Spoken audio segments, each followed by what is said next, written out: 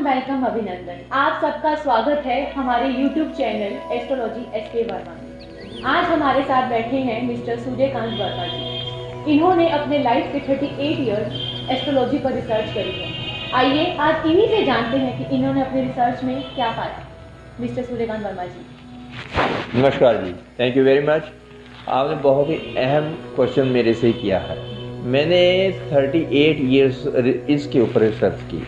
वेद, पुराण, उपनिषद, ज्योतिष, वास्तुशास्त्र, क्या इनका कोई महत्व है जीवन में या नहीं, ये सारा मैंने बड़ा डीपली अध्ययन किया है।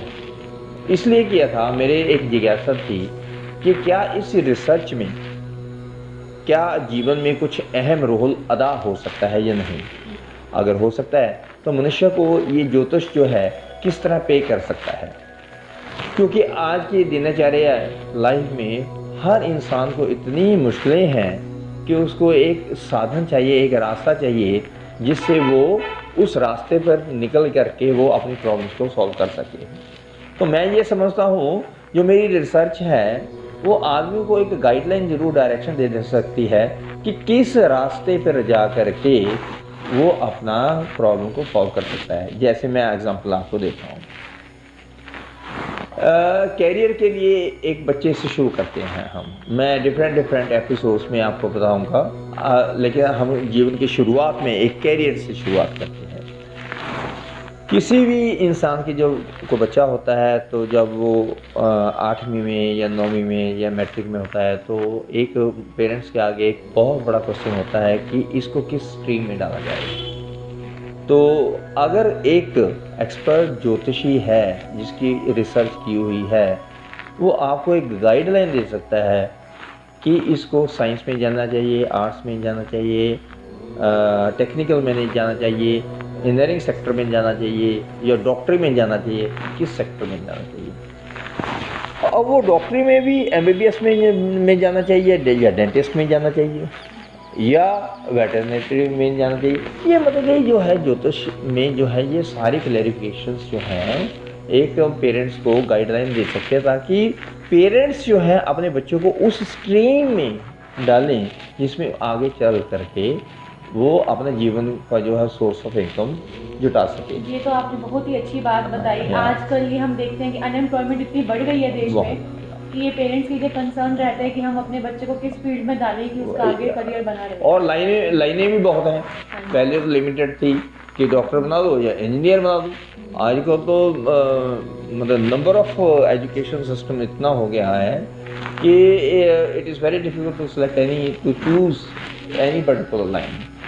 तो एक जो एक्सपर्ट ज्योतिषी है वो कैरियर के हिसाब से देख सकता है। अब इसमें भी आगे चलते हैं। जैसे एक लॉयर है तो ज्योतिषी देखता है कि हाँ ये वकील अच्छा बन सकता है, लेकिन क्या वकीली करने के बाद उसकी प्रैक्टिस जो है होगी या नहीं, क्या उसको एजुकेशन उसको पे करेगी या नहीं। कई लोग आपने देखे होंगे कि जीवन में वकील तो बन गए लेकिन वो अपनी दुकान पे बैठ गया, पापा के साथ एसोसिएट हो गए।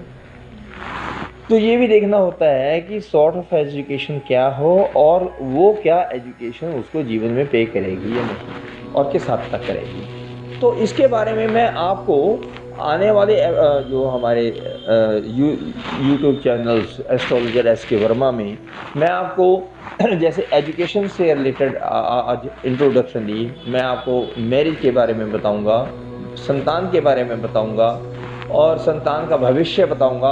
पेरेंट्स की कुंडली से ही संतान का पता लग जाता है।